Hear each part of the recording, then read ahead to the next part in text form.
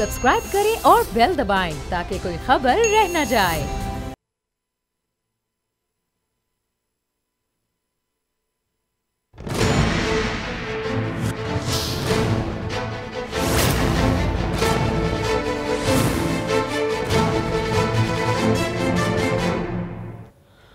अस्सलाम वालेकुम, मैं नूरुल आरफीन सिद्दीकी और आप देख रहे हैं मेरी जंग। बहुत अरसे के बाद अल्लाह रब्बुल इज़्ज़त ने हमें इस काबिल किया। सबसे पहले तो हज़ार शुक्र उस पाक परवरदिगार आलम की ज़ात बाबरकत का, जिसने अपने हबीब हज़रत मोहम्मद मुस्तफ़ा सल्लल्लाहु अलैहि वसल्लम की ज़ात मुक़द्दसा बाबरकत के तुफ़ैल हमें आज का ये खुशियों भरा लम्हा देखना नसीब किया। तब्दीली जिसके ख्वाब देखे जाते थे, वो जिसके नाम का सुरमा हमने बड़ी चाव से अपनी आंखों में लगाया था, लेकिन एक तवील अरसे तक उस सुरमे ने हमारी आंखों में महज दुखन के अलावा और कुछ भी नहीं दिया और अब करीब था कि बीनाई चली जाती। ताम महज एक फ़ैसले ने अब हमारे मुल्क में चहारसू खुशियों के तराने जो हैं वो गुंजवाने शुरू कर दिए हैं और अब वो तब्दीली जिसके ख्वाब देखे गए थे वो अब आ ही गई है बाज़ाब्ता तौर पर। पाकिस्तानियों को बिलाखिर चौथा वज़ीर ख़जाना खैर से मुयस्सर आ गया है। ये अलग बात कि ये वज़ीर ख़जाना भी एक मरतबा फिर पाकिस्तान पीपल्स पार्टी के साबका में से एक है। हुकूमत के एक मुंह चढ़े, एक अनमोल रतन, एक बल्कि साबिक अनमोल रतन ने एक ट्वीट किया जिसको मैंने गुज़िश्ता दिनों रीट्वीट किया। उन्होंने पीटीआई की कैबिनेट के कुछ अरकान के नाम दिए, नाम सुनिए, और उनकी पार्टी एफिलिएशन ज़ाहिर है कि जैसा कि मैं बता चुका हूँ पाकिस्तान पीपल्स पार्टी से थी और अब पीटीआई की काबीना में वो शामिल हैं। नाम शाह महमूद कुरैशी साहब, हफीज़ शेख साहब, शौकत तरीन साहब, फवाद चौधरी साहब, फहमीदा मिर्ज़ा साहिबा, नदीम अफजल चंद साहब, फिरदौस आशिक आवान साहिबा, नूरुल हक कादरी साहब, ग़ुलाम सरवर आवान साहब और तारिक बशीर चीमा साहब। आपको याद होगा कि एक तवील अरसे तक इमरान साहब की ज़ुबानी सुन करके और आज तक 2.5 साल से हमें यही गाना सुनाया जा रहा है कि नवाज शरीफ चोर था और आसिफ अली जरदारी डाकू था। For the sake of argument अगर हम मान भी लें कि ये दोनों हजरात चोर और डाकू ही थे खुदा न खास्ता, तो इनसे चोरी और डाका करवाने वाले इनके फाइनेंशियल एडवाइजर्स रहे होंगे, इनके वजीर मुशीर रहे होंगे अगर मान लिया जाए। तो वो हफीज़ शेख या वो शौकत तरीन जो पिछले अदवार में नवाज शरीफ, आसिफ अली जरदारी या किसी और का मोहरा बन करके चोरियां और डकैतियां खुदा न खास्ता करवाते रहे, अब हुज्जाज कराम की हुकूमत में आने के बाद क्या वो बिल्कुल पाकिस्तान को एक इस्लामी शरई फलाही मुमलिकत बनाने के काबिल हो सकेंगे? और अगर यही झक हफीज़ शेख साहब न मार सके तो शौकत तरीन साहब कैसे ये काम कर लेंगे? वो शौकत तरीन साहब जो पिछले 15 दिन पहले हुकूमत पर तबर्रा करते नहीं थक रहे थे, खुद उन पर कुछ केसेस की शुनीद भी है अगर तो वाकई वो मौजूद हैं तो। लेकिन क्या ये पहली पर्सनैलिटी है जिस पर केसेस थे? क्या इससे पहले जिन लोगों के नाम मैंने लिए उन पर कोई केस नहीं था? उनमें से कुछ लोगों पर उनके केसेस को फारिग करके उनको पीटीआई की कैबिनेट में नहीं लिया गया। तो फिर क्यों आज हम इमरान खान साहब को, इस एक हुकूमत को एक सलाह नहीं दे देते? मैं कम अज़ कम अपनी ज़ाती कैपेसिटी में अपने प्रोग्राम के पेडिस्टल से इमरान खान साहब को, पाकिस्तान तहरीक इंसाफ को एक सलाह, एक मशवरा, और वो भी मुफ्त में देना चाहता हूँ कि काइंडली जब सारे वजीर मुशीर आपने पीपल्स पार्टी से ही लेने, तो आज पीपल्स पार्टी से अपने पॉलिटिकल मर्जल का बाकायदा ऐलान करके एक नई सियासी जमात की दागबेल डालें, पाकिस्तान पीपल्स तहरीक इंसाफ पार्टी, क्योंकि वजीर तो आपके सारे वहीं से आ रहे हैं। इस हद तक जिसको कहते हैं कि मायूस कुन है कि एक खातून, जिसको मैं क्या कहा करता हूँ, अब मैं क्या कहूँ, वो खातून एक एंकर की कैपेसिटी में पीटीआई की मिदत पे, उसके इल्ज़ाम में, उसके जुर्म में उसको एक बाकायदा टाइम स्लॉट एलोकेट की गई है किसी एक चैनल पर, जिसमें वो बैठ करके इमरान खान रहमतुल्लाह अलैह और पाकिस्तान तहरीक इंसाफ जिंदाबाद के अलावा कोई काम नहीं करती। लेकिन आज हालत ये है कि उन खातून ने जो ट्वीट किया, आप सुनिए और सर पकड़ लीजिए। कहती हैं शौकत तरीन को वज़ीर ख़जाना बनाने की यही वजह हो सकती है कि शायद उन्हीं को पता हो कि पीपल्स पार्टी दौर में अपना किया गया बेड़ा गर्क कैसे ठीक करना है। मुझे तो उनसे कोई उम्मीद नहीं, अल्लाह पाकिस्तान के हाल पर रहम करे। अच्छा, ये वाहिद खातून नहीं है, ये वाहिद आदमी नहीं है, ये वाहिद शख्सियत नहीं है जिसको पाकिस्तान की हालत पर रहम आ रहा है। रहम सबको आ रहा है, नहीं आ रहा तो वज़रा को देखिए, एक वज़ीर से उसकी रोज़ी क्या करवा रही है। कहते हैं मेरे ख्याल में तब्दीलियों की वजह परफॉर्मेंस से ये वो मौसूफ हैं जिनके बारे में मैं कहा करता हूँ कि ये दुरूद शरीफ पढ़ करके और बाकायदा झूठ को सर्टिफाई करते हैं। पिछले दौर में ये रियासतों के कसूर ढूंढा करते थे क़िताल में, अब अलबत्ता चूँकि वज़ीर मुमलिकत हैं, वज़ीर फलाना है, तो अब उनको ऐसा कोई शौक़ नहीं चल रहा था। दूसरे वज़ीर का कहना है कि वज़ीर आज़म वज़रा की कारकर्दगी का मुसलसल एहतसाब करते रहते हैं। इसीलिए तब्दीलियां टीम में की जा रही हैं। गोया इस लतीफ़े के बाद भी उनका कहना था कि हफीज़ शेख की सलाहियतों का भरपूर इस्तेमाल किया गया, उन्होंने मईशत को पांव पर खड़ा कर दिया। अब आप क्या कहेंगे? गोया इसके बाद तो सिंध को वो जो लॉलीपॉप दिया है खान साहब ने 466 अरब रुपए का, उसकी भी कोई हैसियत नहीं रह जाती। हालांकि हैसियत तो उसकी वैसे भी नहीं थी। खान साहब ने खुद कहा है कि बड़ी मुश्किल से मांगे तांगे से ये पैकेज इकट्ठा किया गया है, लेकिन पैकेज इकट्ठा इसलिए नहीं किया गया कि वो पैकेज दे दिया जाए। उस पैकेज की बेसिकली सिर्फ अनाउंसमेंट शायद मकसूद थी। यही हाल तो पाकिस्तान में कराची में उस 1100 अरब रुपए के पैकेज का हुआ, जिसका ऐलान वफाकी हुकूमत ने यानी वज़ीर आज़म पाकिस्तान ने किया था। क्या 11 अरब रुपए किसी एक मंसूबे पर लगे? मैं अपने प्रोग्राम में पूछ कर थक गया हूं। कोई वजीर, कोई मुशीर, कोई फलाना बिटवीन द लाइन आंसर नहीं देता, स्ट्रेट जवाब मुझे नहीं मिलता कि कहां किस मंसूबे पर कितनी रकम लग रही है, ब्रेकअप क्या है। तो क्या खान साहब के इस एक वादे की किस्मत में वफा होना लिखा है? क्या इसे एक पैकेज का हशर भी कराची पैकेज की तरह तो नहीं होने वाला? इन मौजूआत पर बात करने के लिए हमारे साथ मौजूद हैं फिरदौस द ग्रेट शमीम नकवी साहब, पाकिस्तान तहरीक इंसाफ से हमारे साथ मौजूद हैं। मोहतरमा रोमीना खुर्शीद साहिबा हमारे साथ मौजूद है, पाकिस्तान मुस्लिम लीग नवाज से, और डॉक्टर सौराब सरकी साहब यहाँ मेरे साथ स्टूडियोज़ में जलवागर हैं। तमाम मौजूद मेहमानों को अपने शो में खुशामदीद कहते हुए फिरदौस शमीम नकवी साहब के पास जाएंगे। सर अस्सलाम वालेकुम। वालेकुम अस्सलाम। मिजाज बखैर हैं आपके सर? ठीक ठाक हैं आप? अल्हम्दुलिल्लाह। सर काश मैं भी पाकिस्तान तहरीक इंसाफ से होता तो मैं भी ठीक होता। सर ये पूछना है कि ये पिछली मरतबा जब हफीज़ शेख साहब की विकेट ली गई थी तो शिबली फराज साहब जो उस वक्त के इंफॉर्मेशन मिनिस्टर थे, उन्होंने कहा था कि हम्माद अजहर को गरीब आवाम के लिए रिलीफ देने के लिए लाया गया है। हालांकि लोगों का मानना तो ये था, तहरीक इंसाफ को वोट यूं पड़े थे कि इमरान खान ने रिलीफ देना है। अब वो रिलीफ का काम जो है वो हम्माद अजहर को सौंप दिया गया, लेकिन हम्माद अजहर की किस्मत में भी ये खुशी ज़्यादा दिन तक नहीं थी। उसके बाद अब शौकत तरीन साहब को ले आया गया है। तो सर एक तो ये बता दीजिएगा कि रिलीफ का काम जो है ये किसी उधार की तरह एक से दूसरे कंधे पर शिफ्ट जो हो रहा है, और दूसरा ये शौकत तरीन साहब जो हैं, जैसा कि मैंने कहा कि ये गुज़िश्ता हुकूमत में यानी पाकिस्तान पीपल्स पार्टी के साथ थे, तो अगर ये पाकिस्तान पीपल्स तहरीक इंसाफ पार्टी के मर्जर का ऐलान हो जाता है तो क्या ये एक जस्ट कदम ना होगा?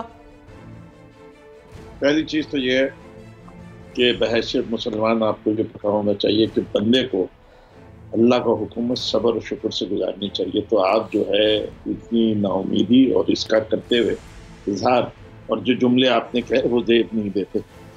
बात आई कि आपको एतराज़ इस बात पे है कि कप्तान जो है वो अपनी टीम को बदल करता है। कप्तान है, जवाबदेह कप्तान है, मैनिफेस्टो का जवाबदेह कप्तान है, डिलीवरी का जिम्मेदार कप्तान है। जब कप्तान पे जिम्मेदारी दे दी तो कप्तान को ये हक है कि वो अपनी टीम की प्लेसमेंट जिधर चाहे कर ले, जिसको चाहे किसी भी पोजीशन पे खिलाए। अब आप कहें कि क्रिकेट का सियासत से कोई ताल्लुक नहीं है, तो खुदा के वास्ते मुझे ये कह दीजिए कि हर आदमी वज़ीर आज़म नहीं, जो वज़ीर आज़म बना है उसको उसका काम करने दीजिए और उसको खुद असेसमेंट कर लीजिए। जब 5 साल गुजरेंगे तो लोग खुद असेस करके उसको बता देंगे कि तुमने कैसी कारकर्दगी की। वक्त से पहले वावेला करने वालों का वही हाल होता है जो पीडीएम। अच्छा सर, आपको शायद याद नहीं, लेकिन मैं आपको याद दिलाना जरूरी समझता हूं कि वक्त से पहले वावेला करने वालों में खुद हमारे खान साहब सबसे पहले थे। मैं तो सिर्फ उनकी सुन्नत को जिंदा कर रहा हूं। जी सर, ये प्रोग्राम अगर 30 मिनट में से 20 मिनट अपनी बात करनी है तो अगली दफा बुलाइएगा नहीं। जब आप मौका देते हैं तो दूसरे को पूरा बोलने का, कम से कम लॉजिक ये कहती है कि जितनी देर आप बोले उतनी देर हर पार्टिसिपेंट को आपके सवाल पे बोलने का। चलिए आप बोलिए फिर मैं बोलता हूँ। आप कुल 11 मिनट बोले जब से प्रोग्राम शुरू हुआ। नहीं सर, मैं तो मेजबान हूँ ना, अब मेरे डिस्क्रेशन को तो ना वो करें ना।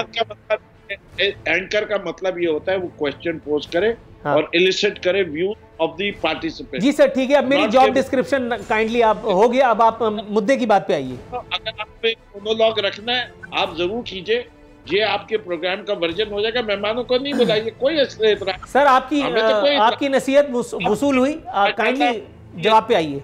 आप बड़े अच्छे हैं, आपकी तंज मजाज जो है वो भी, उससे भी हम लुत्फअंदोज हो सकते हैं। तो लेकिन इसमें मेहमानों को बुलाने की जरूरत नहीं है, सिर्फ आपसे ये है। मेहमानों को बुलाते तो मेहमानों। चलिए फिर आपने अपनी बात कर ली, अब मेरा जुज़वी सवाल अब आप ले लीजिए, क्योंकि काफी देर तक आपने मुझे यही मशवरा दिया है। बहरहाल मशवरा मैंने मान लिया।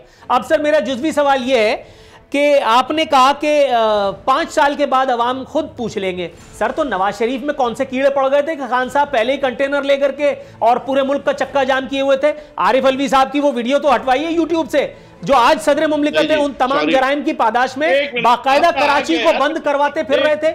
उस वजीर आजम को बाकायदा उसकी हुकूमत के खिलाफ पूरे मुल्क में चक्का जाम किया होता, जिसके हवाले से मेरी रिश्तेदारी कोई नहीं है।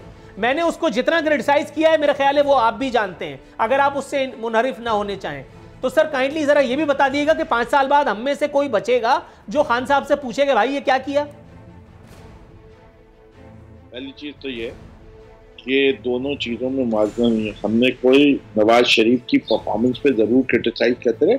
हमने कहा इलेक्टोरल फ्रॉड हुआ है और उसमें 5 कॉन्स्टिट्यूंसी खोल दें। आप तारीख को मस्क ना करें, तारीख को मस्क करना अच्छी बात नहीं होती। 5 में से 4 कॉन्स्टिट्यूंसीज पे डिसीजन आया कि फ्रॉड हुआ था, 5वीं पे ये आया कि हम जजमेंट नहीं दे सकते, टाइम बाद हो चुका है। ये 5 का था। हमने सिर्फ वो बात कह रही थी, इलेक्टोरल रिफॉर्म्स की बात हो रही थी। यहाँ ये जो बात कर रहे हैं वो किसी और चीज की कर रहे हैं। यहाँ वो कह रहे हैं कि इनको जानना चाहिए कि महंगाई बहुत बढ़ रही है, और वो कहते हैं कि ये इलेक्शन सही नहीं हुआ था तो इलेक्शन ट्राइब्यूनल में नहीं गया। जो सही रास्ता था, जो कानून का रास्ता है, वो उन्होंने अपनाया नहीं। हमने तो हर कानून का रास्ता अपनाने के बाद फिर सड़क पे आए थे। पहले तारीख दुरुस्त कर लीजिए। और जहाँ तक ये ताल्लुक है, देखिए इस मुल्क के अंदर चाहे पाकिस्तान तहरीक इंसाफ हो चाहे कुछ हो, अब हमें रूल ऑफ लॉ को एक्सेप्ट करते हुए चलना चाहिए। और वो उसी वक्त होगा कि when we respect the institutions and we let democracy prevail. ये डेमोक्रेसी के साथ मजाक। फिरदौस शमीम नकवी साहब, आप थोड़ी देर और काइंडली हमारे साथ रहिए, मैं आपसे मुल्तमिस हूँ। मोहतरमा रोमिना खुर्शीद साहिबा, मैडम तवील अरसे के बाद प्रोग्राम में शिरकत पर मैं नजराना अकीदत पेश करता हूँ, आपको इज़हार तशक्कुर फरमाता हूँ। मैडम ये फरमाइएगा, खैर से 4था खिलाड़ी तब्दील किया गया है कप्तान की जानिब से, जैसा कि फिरदौस शमीम नकवी साहब ने कहा, इसमें भी कोई दो राय नहीं है कि ये कप्तान का हक है, उसका डिस्क्रेशन है क्योंकि जवाबदेह वो है। लेकिन ये कौन सा नुस्खा है कि इनको वजारत मिल गई, उनको सफारत मिल गई, किसी को मुशीर बन गया, किसी को सफ़ीर बन गया, और इसलिए जो है वो मुझे 5 साल तक सिर्फ यही लॉलीपॉप देते रहेंगे कि सब्र करो सब्र करो, सब्र बड़ी चीज़ है, आज रात को चांद निकलेगा, कल सुबह को ईद है। मतलब इनकी ईद तो हर रोज़ शब बारात और हर रोज़ ईद है इनकी। मतलब सत्यानाश, बल्कि सवा सत्यानाश तो हमारा हो रहा है ना। कुछ काइंडली ज़रा इजाफा कीजिएगा मेरी नॉलेज में।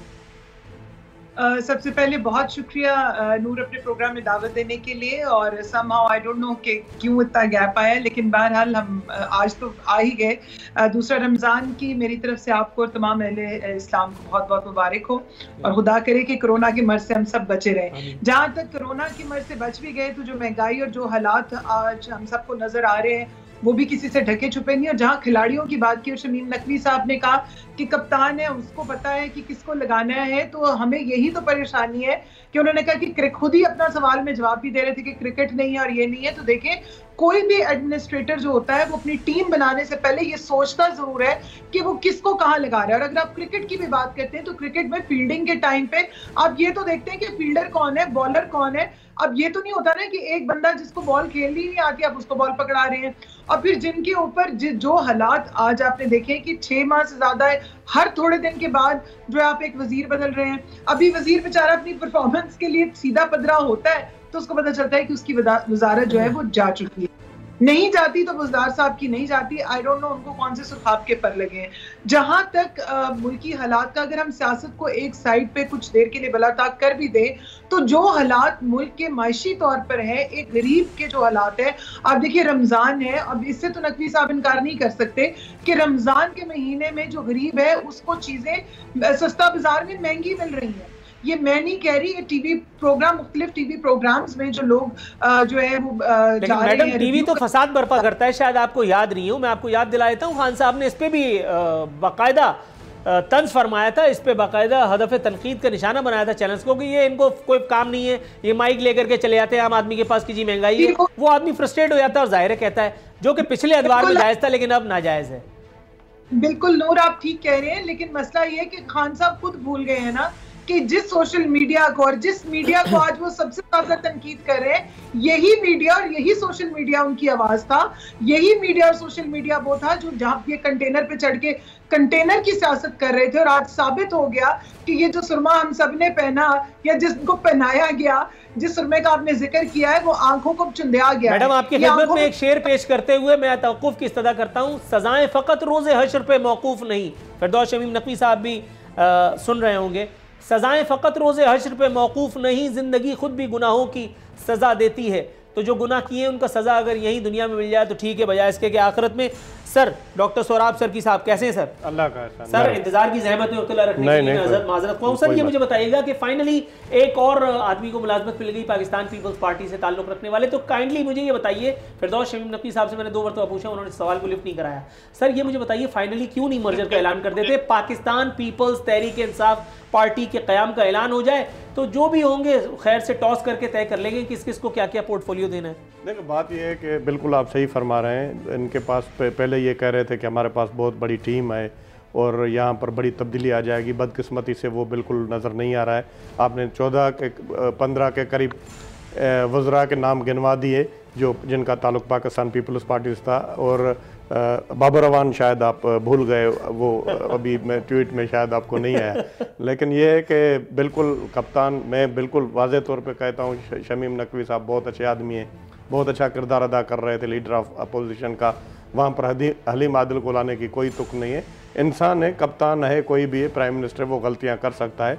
लेकिन बदकिस्मती से इस पे तो ये भी तबसरा नहीं किया जा सकता है कि कप्तान कोई गलतियाँ कर रहा है। ये ब्लेंडर कर रहा है और ये ब्लेंडर जो है मुल्क को बहुत पीछे ले जा रहे हैं। और मेरे ख्याल में ये सिंसियर हैं। जब फिरदौस भाई मेरे साथ प्रोग्राम्स में आते थे, जब पीटीआई की कोई पोजीशन भी नहीं थी, इन्होंने बड़ी स्ट्रगल की।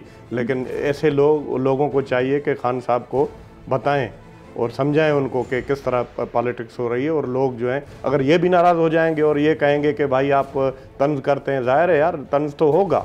जब आप काम नहीं करेंगे, हालात ख़राब होंगे, लोग मर रहे हैं भूख से, पॉलिसी कोई नहीं है। एक ये अंदरून सिंध का जो पैकेज की मैं बात करूं, जो इमरान खान साहब ने आकर पैकेज किया है, एक चीज़ बता दें, एक पैकेज पे हम बाद में आएंगे काइंडली, अगर आप इसी पे तो यही है कि बिल्कुल मेरे ख्याल में जो हालात हैं मुल्क के बहुत ही ख़राब हालात हैं, अच्छे हालात नहीं हैं। और ये जो टीम लेकर आ रहे हैं, ये वही करप्ट जिनको कहते हैं, बेईमान कहते हैं, चोर करते हैं, वही लोग आ रहे हैं। और ये अपने आप को फिर जिस तरह किसी ज़माने में आप ये कहते थे कि यहाँ पर कराची में भी एक ड्राई क्लीन लगी हुई थी और वो जो दहशतगर्द कहलाते थे उनको फिर लाकर यहाँ पर बिल्कुल वो ड्राई क्लीन से साफ करके फिर सियासत में लाया जाता था। ये वही लोग हैं। आप समझ नहीं पा रहे, थोड़ा सा तवक्कुफ कीजिएगा, मैं आपकी तरफ आता हूँ। फिरदौस शमीम नकवी साहब, सर अगर अपनी तारीफ सुन करके आप खुश होते हैं, आपको अच्छा लगता है, तो मैं आपकी वो तारीफ किए देता हूँ जिसके आप वाकई मुस्तहिक हैं। इसलिए कि ये बात तो ठीक है कि पीटीआई के उन दिनों में कि जब पीटीआई को कोई जानता नहीं था इतना ज़्यादा कोई, तो उस एक वक्त में आप पीटीआई के लिए मेहनत कर रहे थे, ग्राउंड पे थे, और इतना बड़ा ओहदा मिलने के बाद भी आप जो है वो सवानेजे पे नहीं चढ़ गए थे, अपोजिशन लीडर होने के बावजूद भी आप ग्राउंड पे ही थे। इतनी बात तो दुरुस्त है, लेकिन सर गड़बड़ेशन यहीं से आगे शुरू होती है। आप मुझे थोड़ा सा गड़बड़ करने की इजाज़त दीजिए।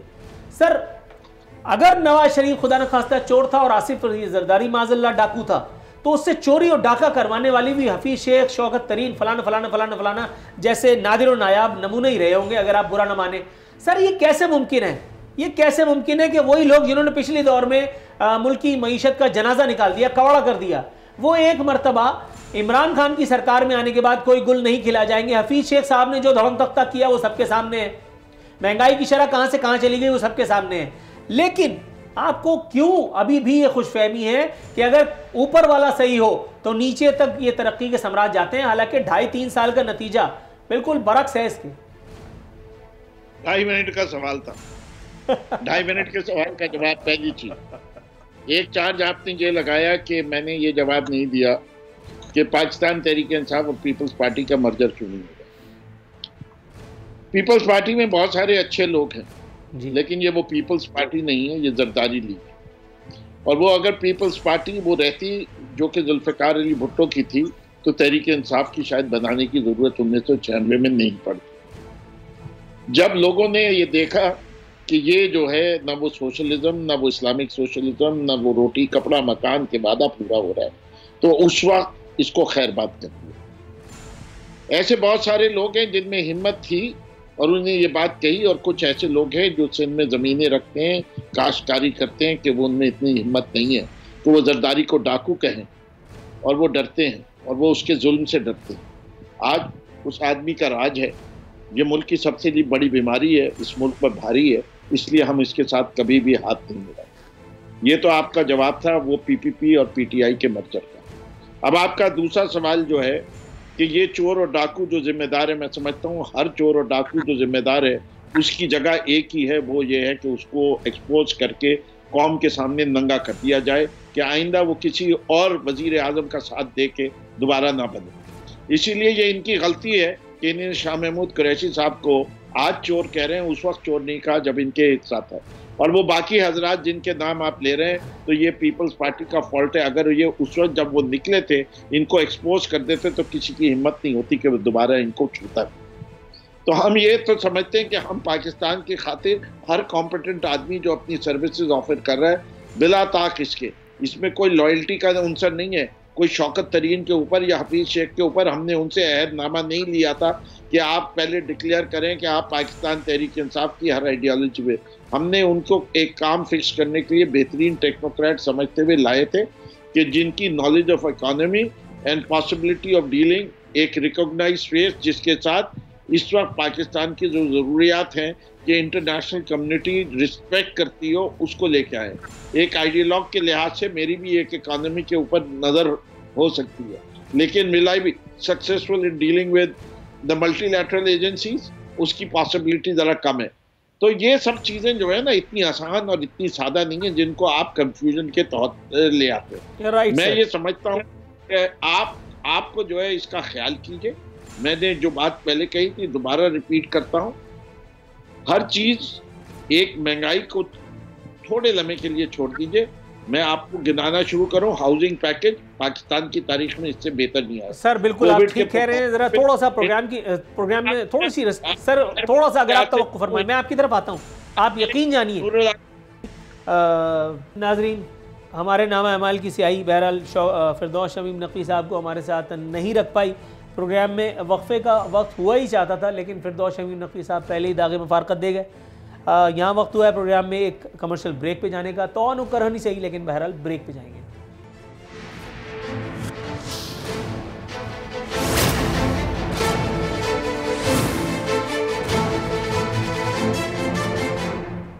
वेलकम बैक नाजरीन। दस्तूर हमारे मेहमान हमारे साथ मौजूद हैं, माँ सिवाय फिरदौस शमीम नकवी साहब के, जो अपनी किसी मसरूफियत के सबब हमें दागे मुफारकत दे चुके हैं। कोशिश कर रहे हैं कि किसी और साहब या साहिबा को पाकिस्तान तहरीक इंसाफ से जिनका ताल्लुक़ हो, कम अज़ कम इसे एक इंटरव्यू की हद तक तो ज़रूर हो, हम घेर सकें और उन्हें यकीन दिला सकें कि इस मरतबा कोई अनहोनी उनके साथ नहीं होगी। जब तक मैं बात करता हूँ डॉक्टर सोहराब सरकी साहब से। डॉक्टर सोहराब सरकी साहब, जनाबे वाला सर, एक नाम इसमें है मोहतरमा फहमीदा मिर्ज़ा साहिबा का, वो भी पाकिस्तान पीपल्स पार्टी का थी हैं।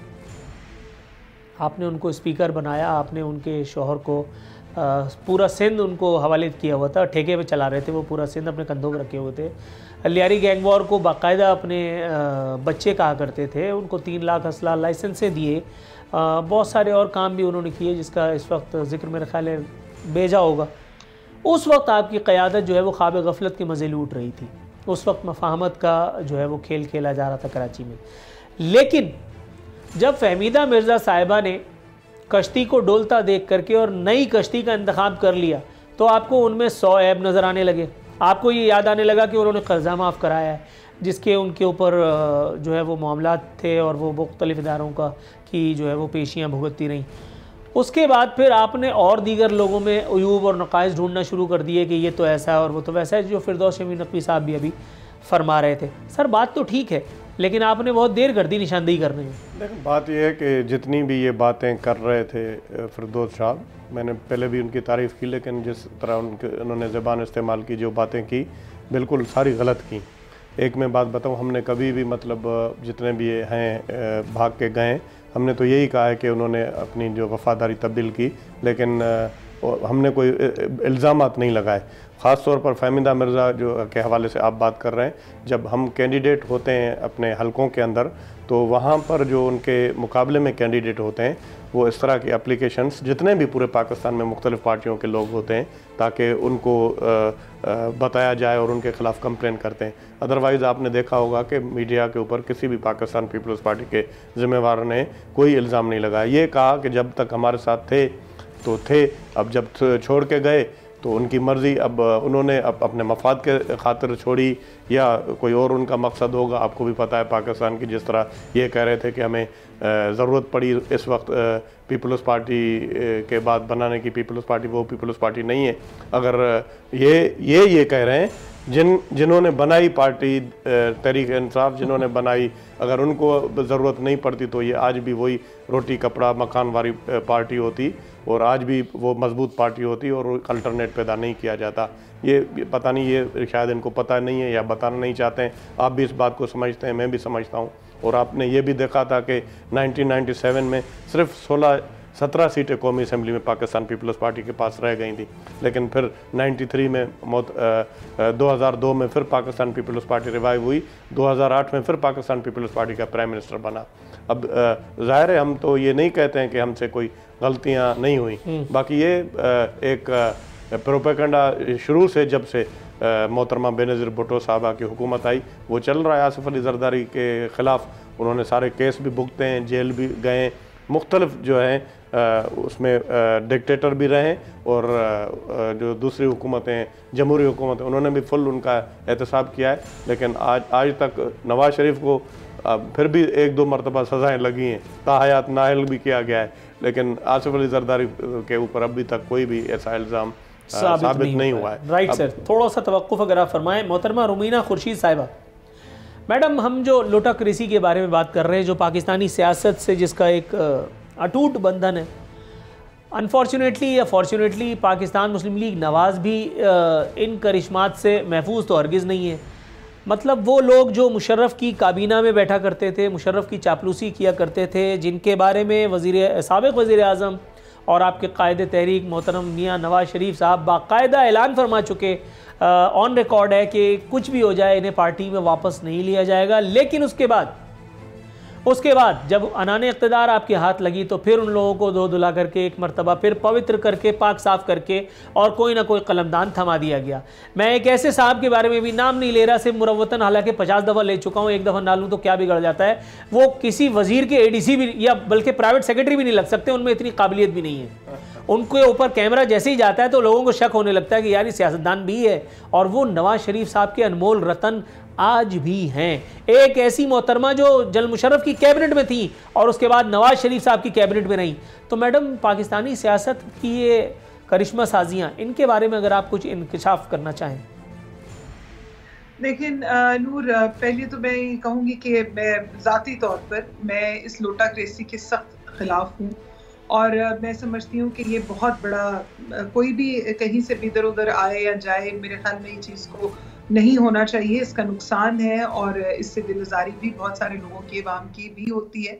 तो मेरे ख्याल में ये तो मैं इस चीज़ की ज़ाती तौर पर, मैं अपनी ज़ाती कैपेसिटी में बात कर रही हूँ। जहाँ तक पार्टीज़ की बात है, बाज़ औक़ात आपको हुकूमत बनाने के लिए और हुकूमत आपको एक सिस्टम बनाने के लिए लोगों की ज़रूरत होती है। उस टाइम पे शायद इस तरह से करना पड़ता है और किया भी जाता है और हम देखते रहे हैं। लेकिन I wish and I hope कि आने वाले फ्यूचर में इस तरह की चीज़ों से सब लोग जो है वो इज्तनाब करें तो ज़्यादा बेहतर है, क्योंकि ये चीज़ इंतहाई तकलीफ दे है। रही बात, जैसे शमीम नकवी साहब काफ़ी लंबा लेक्चर दे के गया और आज लगता है कि वो सही हेडमास्टर साहब वाले मूड में थे हम सबको लेक्चर देने के लिए। लेकिन देखिए, कोई भी चीज़ आप, चाहे वो इमरान खान कोई आसमान से उतरे हुए तो है नहीं, ना वो अपनी गलती को मानते हैं, ना उनकी जो टीम है वो अपनी किसी गलती को मानती है, और जिसका नतीजा पूरी कौम जो है वो भुगत रही है। और जहां उन्होंने कहा कि वक्त देना चाहिए, इससे ज्यादा और क्या वक्त आप लेंगे कि आज करप्शन के नारे मारने वाले लोग, जो लोग आए ही इस बुनियाद पे थे कि हम इस मुल्क से जी करप्शन को ठीक कर देंगे और मदीना की रियासत बना देंगे, खुदा माफ करे कि मैं समझती हूँ कि इसको पाकिस्तान ही रहने दिया जाए तो भी बहुत है, क्योंकि पाकिस्तान का आइन जो है वो पूरा इस्लामी। मैडम आप थोड़ा सा मेरा ख्याल है बदगुमानी में मुब्तला हैं। देखिए फिरदौस शमीम नकवी साहब का जवाब तो आपने सुन लिया over this particular issue, Pakistan को चौथा वजीर ख़जाना मुबारक हो। अब आप देखिए मेरे साथ मौजूद हैं, अल्हम्दुलिल्लाह मेरे नामा अमाल की स्याही छट गई, हमें एक और मौसूफ मोहतरम अताउल साहब member national assembly Pakistan Tehreek Insaf के एडवाइज़र हैं, मोहतरम जनाब इमरान खान साहब मुंतखब वज़ीर-ए-आज़म पाकिस्तान के, हमें वो मुयस्सर आए हैं और हम उनसे पूछने की जिसारत करेंगे। हालांकि फिरदौस शमीम नकवी साहब से हमने पूछ लिया, लेकिन देखेंगे कि दोनों के फ़िक्र में कितना तजाद है, पार्टी पॉलिसी इस हवाले से क्या कहती है। अताउल्लाह एडवोकेट साहब, सर अस्सलाम वालेकुम। वालेकुम सलाम। सर आपको तो पता है मैं आपको कितना पसंद करता हूं, आप जरा जल्दी से मुझे ये बताइए कि ये पाकिस्तान को चौथा वजीर खजाना जो आपने मरहमत फरमाया है, वो भी महज 3 साल के कलील अरसे में, सर जाते जाते अगले 2 साल में 3-4 वजीर खजाना के नाम और कोई शॉर्टलिस्ट कर रखे कि जब ये वाला जाएगा तो इसके नाम अमाल की फलां स्याही हम बताएंगे, ये इतना खुदा न खास्ता बदकिरदार था, ये इतना इनकॉम्पिटेंट था, इसने ये कर दिया, उसने वो सवा सत्यानाश कर दिया, इमरान खान के विजन के मुताबिक नहीं परफॉर्म कर पाया, जैसा कि हफीज शेख के जाने के बाद आपने बताया। हालांकि उनके इलेक्शन हारने के बाद, सेनेट के इलेक्शन हारने के बाद भी इमरान खान साहब ने उनकी पीठ थपथपाई थी और कहा था कि बच्चा काम जारी रख, लेकिन अचानक से फिर जाहिर है कि स्क्रिप्ट में जो तब्दीली हुई तो उनको फारिग करके फिर हम्माद अजहर को मुलाजमत मिली। हम्माद अजहर साहब के नामा अमाल में यह स्याही थी कि उन्होंने खान साहब की उस फुल टॉस को जो है बल्कि यॉर्कर को फुल टॉस बना करके खेल दिया, वो कपास और चीनी वाली बात को। जब खान साहब ने उनसे कहा कि भाई आपने किस तरह से इंडिया से ये इंपोर्ट करने की बात की है, तो उन्होंने कहा खान साहब मुझे तो ये आप ही ने कहा था। उसके बाद सब लाजवाब हो गए और महफिल में अंधेरा छा गया, तो शायद हम्माद अजहर की विकेट इसलिए चली गई। अब ये बताइए सर, ये शौकत तरीन किस बिना पे निकाले जाएंगे, और जब तक नहीं निकाले गए उस वक्त तक ये हमारा क्या क्या ले जाएंगे? नूर लारफीन भाई बहुत शुक्रिया। मैं समझता हूँ कि इस वक्त जो मईशत हमारे बहरान का शिकार है, मुल्क जो बहरान का शिकार है, उसमें कोई दो राय नहीं है कि प्राइम मिनिस्टर साहब जो है वो मुसलसल मेहनत कर रहे हैं, कोशिश कर रहे हैं। और ये तब्दीलियां जो आपको नजर आ रही है, ये भी इसी का शख्साना है कि हम समझते थे कि जो मईशत जो है वो ठीक होगी और महंगाई कम होगी, लेकिन ऐसा नहीं हो सका। तो प्राइम मिनिस्टर साहब जो है वो कोशिश यही कर रहे हैं कि किसी तरह से जो है महंगाई कम हो और गरीब आदमी की बात जो बार बार करते हैं उनको रिलीफ मिले। तो ये जो तब्दीली आपको नजर आ रही है, ये भी इसी वजह से है। मैं समझता हूँ कि इसमें कोई दो राय नहीं है कि जो हमारे हफीज शेख साहब थे या हमारे हम्माद अजहर साहब है या कोई भी जो पहले वज़ीर खजाना रहे हैं, उसमें कोई खुदा न खास्ता ऐसे इल्जाम नहीं है कि उन्होंने कोई करप्शन किया है या कोई ऐसी बात की है जिससे मुल्क को नुकसान पहुंचाओ। बल्कि जो बेहतरी हम चाहते थे, जो प्राइम मिनिस्टर साहब बेहतरी चाहते थे, वो उस तरह से नहीं आ सकती।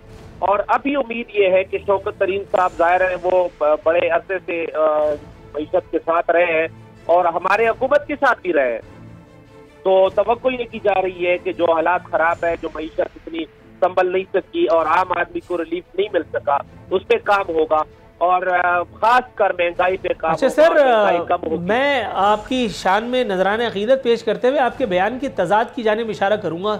जैसे ही आपने अपने बीपर का आगाज़ किया, आपने कहा कि हालात अब बेहतर हो गए मईशत के, और जब हम वक्फे पे जाने वाले हैं तो आपने कहा कि मईशत अभी अपने पाँव पे खड़ी हो जाएगी।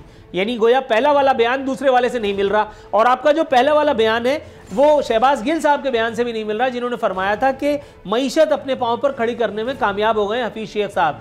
ये तो खैर बरसबील तस्करा मेरा, आप इसे इजहार फ़न समझिए या मेरी होशियारी कि जिस तरह से मैंने ये इन नुकाइस को उजागर किया। सर मैं आपसे मुल्तमिस हूँ, मैं आपको अगर आप चाहें तो आपके किसी प्यारे की, किसी अजीज की कसम भी दे दूंगा, आप काइंडली होल्ड पे रहिएगा। मैं ब्रेक से वापस आता हूं, उसके बाद कुछ बातें हैं जिनका अहाता करना मकसूद है और वो भी आपके साथ। नाज़रीन एक वक्फा।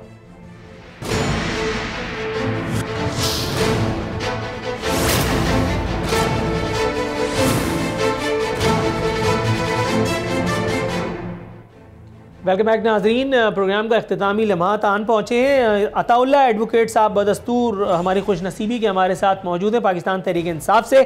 अताउल्लाह एडवोकेट साहब, सर ये मुझे बताइएगा, एक और खुशी की खबर है प्रोग्राम में, और वो ये कि सिंध वालों को 466 अरब रुपए के विफाकी पैकेज का ऐलान गुज़िश्ता रोज़ वज़ीर आज़म पाकिस्तान ने किया, लेकिन वो दो कहावतें, गज़ब किया तेरे वादे पे एतबार किया, और दूसरा वो वादा ही किया जो वफा हो जाए। सर इसी तरह का एक वादा कराची पैकेज के नाम पर हमसे किया गया था 1100 अरब रुपए का, 11 अरब रुपए का हिसाब कोई नहीं दे सका आज तक मेरे प्रोग्राम में मेरे साथ। सर काइंडली ज़रा ये मुझे बताइएगा कि ये जो झोलझाल है सियासी, ये जो एक और मर्तबा एक खुशनुमा किस्म की लॉलीपॉप सिंध वालों को दी गई है, पहले ही हम पाकिस्तान पीपल्स पार्टी के हुस्न कारकर्दगी, इन्वर्टेड कॉमास में कह रहा हूँ, को झेल रहे हैं, ऊपर से खान साहब आकर के हमसे जो है वो इस किस्म का अगर मजाक फरमा जाएंगे तो फिर हम कहाँ जाएंगे?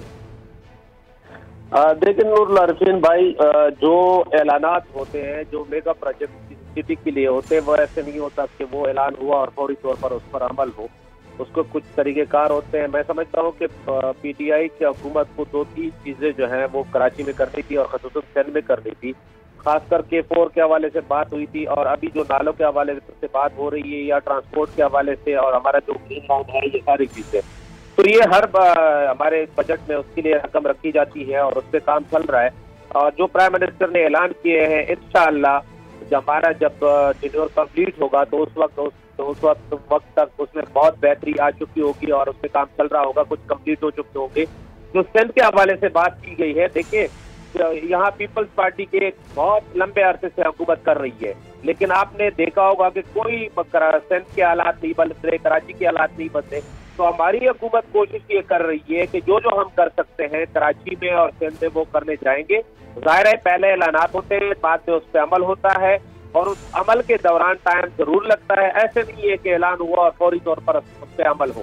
हाँ, एक चीज में मैं बड़ा क्लियर हूँ कि प्राइम मिनिस्टर साहब जो है वो चाहते हैं कि जिस तरह से कराची से मैंडेट मिला है पाकिस्तान तहरीक इंसाफ को, वो बरकरार रहे और ये उस सूरत में बरकरार रह सकता है जब हम कराची के लोगों को रिलीफ दे, यहाँ के मसाइल हल करने की तरफ जाए। दूसरे नंबर पे आपने सिंध की बात की, तो देखिए सिंध में जो ऐलान हुआ है जाहिर है उस पर काम होगा, ऐसे नहीं हो सकता। खुदा न खास्ता अगर हम अपने ऐलानात पे अमल ना करें तो जब 2023 में हम जाएंगे इलेक्शन में तो हम क्या मुंह दिखाएंगे, लोगों को क्या कहेंगे कि हमने जो ऐलानात किए थे उस पर कितना अमल हुआ है। जाहिर है जो हमने कराची के 1100 अरब रुपए के पैकेज का ऐलान किया था उस पर अमल जारी है, उस पर अमल हो रहा है, ऐसे नहीं कि अमल नहीं हुआ। तो जो सिंध का ऐलान हुआ है इंशाल्लाह उस पर भी अमल होगा। सिर्फ और सिर्फ इंतजार तो करना होगा, इसके बगैर नहीं हो सकता।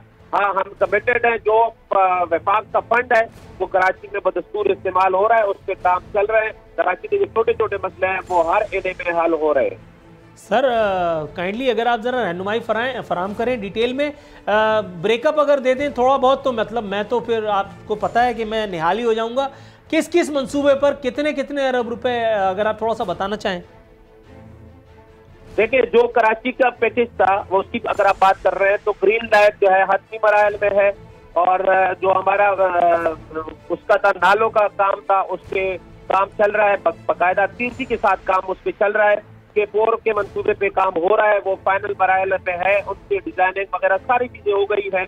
और बाकी जो ऐलानात हुए हैं, मैं आपको यकीन दिलाता हूँ कि पीटीआई की हुकूमत और प्राइम मिनिस्टर साहब खसूसी तौर पर इसमें बड़े कमिटेड है कि सिंध और कराची में हमने काम करना है। और जो हम वफाक का फंड है उसका ये है कि हर MNA हमारा हर हल्के में सड़कों पे काम कर रहा है, पार्क पे काम कर रहा है और बाकी जो छोटी मोटी चीजें सीवरेज लाइन है। और खास तौर पर एक तो है कराची को पानी की कमी का सामना है, दूसरा ये है कि कराची में जो लोकल आबादियां हैं उसको सिरे से लाइनें ही मौजूद नहीं थी।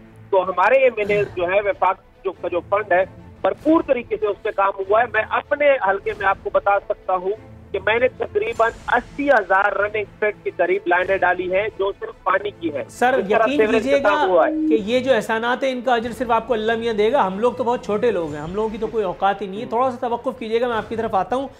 रमज़ान है वरना मैं मिठाई भी ऑफर करता, थोड़ा सा तवक्कुफ फरमाइएगा। जी डॉक्टर साहब, आपने देखा आप लोगों की नाअहली का खुमियाजा पाकिस्तान तहरीक इंसाफ को और कौमी ख़जाने को भुगतना पड़ रहा है। अगर आप लोग थोड़ा सा काम कर देते कराची में, कराची वालों में के लिए, तो फिर थोड़ा सा जो है वो इन लोगों को भी रिलीफ मिलता, पाकिस्तान तहरीक इंसाफ के MNAs को। खैरपुर में, लाड़काना में, नौशेरो फिरोज़ में और पता नहीं कहाँ कहाँ जो हमारे ही सूबे के हिस्से हैं, हमारी भाई लोगों की जगह हैं, लेकिन आपने वहाँ पे UC में कोई एक सड़क बनाते हैं और उसके बाद मुर्तज़ा वहाब, सईद गनी, नासिर शाह उसको ट्वीट करके एहसान जतला रहे होते हैं कि देखो हमने कौम के ऊपर एक और एहसान फरमाया। कराची में जो कि इनकी वजारतों का मस्कन है, जहाँ से इनकी गाड़ियाँ हमारे सीनों पर चढ़ करके दौड़ती हैं, वहाँ इनको पता नहीं कि बारात कहाँ जा रही है। ज़रा थोड़ा सा रहनुमाई कीजिएगा सर। देखिए बात यह है कि कराची के हवाले से मैं हमेशा आपको ये कहता हूँ कि कराची एक बहुत बड़ा शहर है, उस पर बहुत ज़्यादा फंड्स चाहिए सिंध हुकूमत के पास जो फंड्स होते हैं NFC के तहत मिलते हैं, तो सिंध हुकूमत यहाँ पर पूरी कोशिश करती है और अल्हम्दुलिल्लाह कर रही है। इसी वजह से हालात जो हैं, आप पहले देखते थे कि कचरा गंद जब थे हमारे यहाँ पर मेयर साहब, वो भी इशू ख़त्म हो गया है। बाकी आप जो एडवोकेट साहब से मैं थोड़ी बात करना चाहता हूँ। मेयर का इशू जरूर खत्म हो गया, लेकिन खैर से वो अभी तक नहीं, वो अभी तक है, लेकिन ये है कि मीडिया पे नहीं है ना, शायद पहले से कुछ बेहतरीन, पता नहीं ये क्यों, ये आपको पता होगा कि क्यों नहीं है। बहरहाल मैं आपको बताऊं कि तहरीक इंसाफ के हमारे भाई एडवोकेट पेरे शमीम नकवी साहब थे।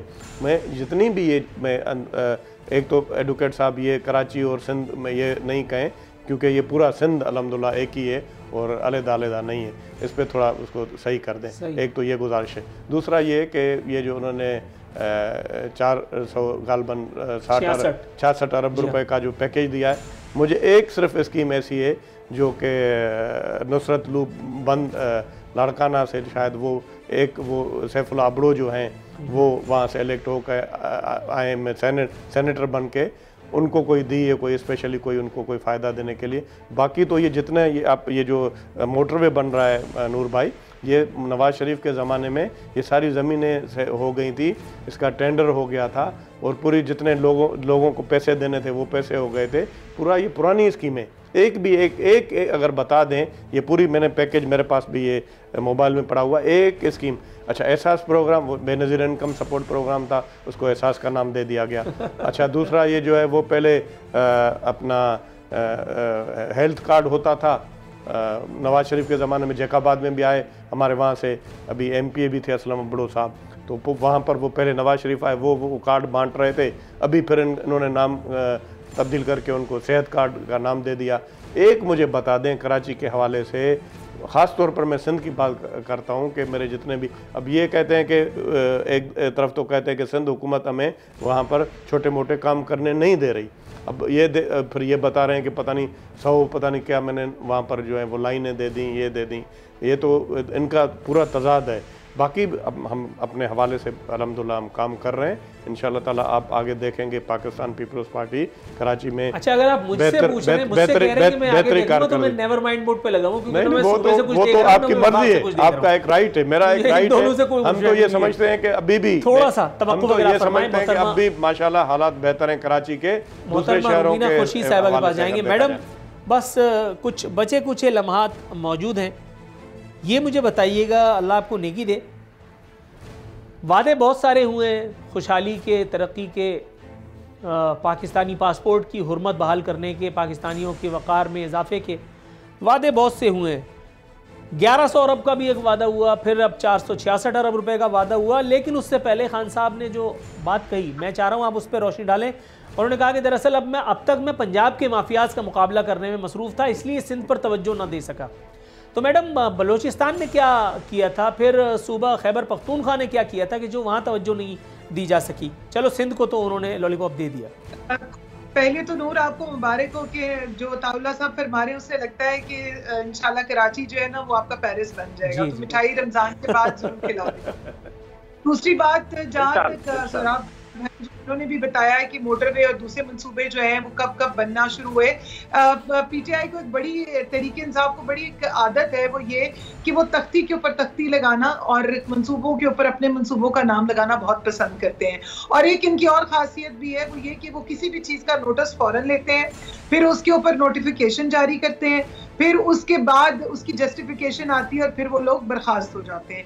तो इसलिए उम्मीद बहार रख, कोई ना कोई तो काम हो ही जाएगा। 2 साल या कुछ अर्सा जो अल्लाह माफ करे इस मुल्क पर रह गए, दुआ ये करें कि इस मुल्क पर अल्लाह की ज़ात का रहम और करम रह जाए और अल्लाह हमें हमारे गुनाहों से मुआफ़ी अता फरमाए। क्योंकि इनके लिए तो सिर्फ मैं एक ही बात कहूँगी, क्योंकि आप शेर काफ़ी इस्तेमाल करते हैं कि तुम तो वक्त की धार से भी तेज़ निकले, वक्त की धार ने तो एक धार मारी, तुम तो जालिम 2 धारी तलवार से भी तेज निकले। क्योंकि ना तो इनकी कोई एक पाया नहीं है, कोई एक पलट नहीं है, कभी एक तरफ से काटते हैं, कभी दूसरी तरफ से काटते हैं। और इसीलिए गरीब जो है वो गरीब से गरीब तर होता जा रहा है, रोटी पानी से मजबूर हो रहा है। अब तो ये हाल हो चुका है कि खुदा माफ करे, इस मुल्क में जीना ही नहीं, नूर मरना भी महंगा हो गया है। तो इसलिए मैं तो यही कहूंगी कि रमजान का महीना दुआ करे, अल्लाह करे कि अल्लाह इनको नेकी की हिदायत दे दे और हम सबको छुटकारा दिला दे इनसे। बहरहाल मैडम, ये आखिर में आपने जो छाले फोड़े हैं, मैं इस बारे में तो कुछ नहीं कहूँगा, लेकिन बहरहाल अताउल्लाह साहब, सर बस क्लोजिंग रिमार्क्स आपसे लेंगे। सर वाकई जो बातें आपने कराची के बारे में, अपने एमएनएस के बारे में, उनकी परफॉर्मेंस और ख़ुद आपके बारे में तो खैर मैं यकीन कर सकता हूँ, आप एक पैशनेट आदमी हैं, आप एक डिटर्मिन्ड आदमी हैं, आपने कुछ ना कुछ तो यकीनन तीर तोप तलवार चला लिया होगा। लेकिन सर उमूमी तौर पर ये जो आपके 13 और साथी हैं, अगर इनकी हम कारकर्दगी और हरकतों का जायजा लेने पर आए तो सर बड़ी कड़वी बात है, लेकिन मेरे ख्याल है कह ही देता हूँ। खुद मेरे अपने इलाके का एमएनए, वो एमएनए, मैं मटरवा हूँ, मैं मटरवाओं के इलाके में रहता हूँ, उर्दू अक्सरियती इलाके में रहता हूँ, और वहाँ पे एक ऐसे आदमी को एमएनए बना दिया गया, और वो भी आखिरी वक्त पे। मैं ज़ाती तौर पे इस बात का चश्मदीद गवाह हूँ। मैं पिछले चैनल पे बाकायदा ऑन एयर ये बात कर भी चुका हूँ, इस एक चैनल पे भी मैंने मुतादिद मरतबा कहा है कि वो जो एक फैब्रिकेटेड जीत थी वो उन साहब का मुकद्दर बन गई, और उनको जो है वो एक महाजिर अक्सरियती इलाके में एमएनए बना दिया गया। उनको भी आखिरी वक्त तक नहीं पता था कि वो जीत गए। तो लेकिन सर ये जो काम हो रहा है ये भी सिर्फ उन इलाकों में हो रहा है अल्हम्दुलिल्लाह। मेरे अपने इलाके की भी अगर हम बात करें तो वहाँ पे भी सड़कें अल्हम्दुलिल्लाह, सड़कों में के नाम पे थूक वहाँ लगाई जा रही है जहाँ गैर महाजिर आबादी है। बात बड़ी कड़वी है, लेकिन सर मतलब वोट पाने का ये तरीका भी कुछ ज़्यादा सही तो नहीं है। इख्तिसार के साथ अगर आप बात करें तो फिर मैं टाटा बाय बाय करूँ।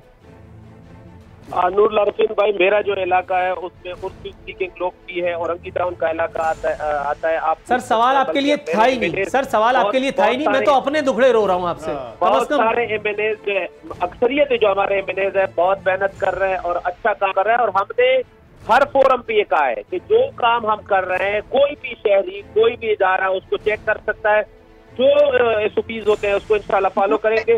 और वाकई में जो मैडम ने कहा कराची बदल रहा है, इसमें कोई दो राय नहीं है। मैं आपकी बात को उचकने की इजाजत चाहूंगा।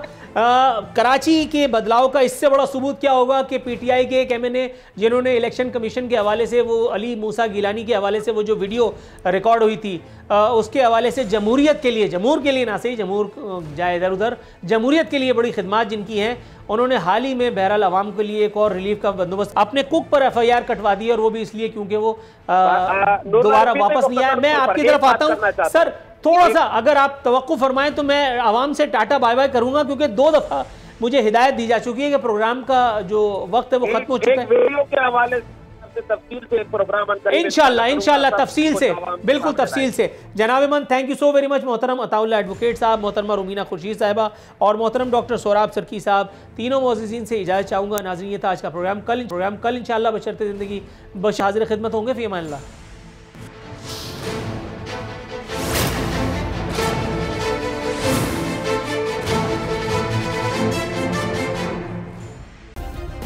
सब्सक्राइब करें और बेल दबाएं ताकि कोई खबर रह न जाए।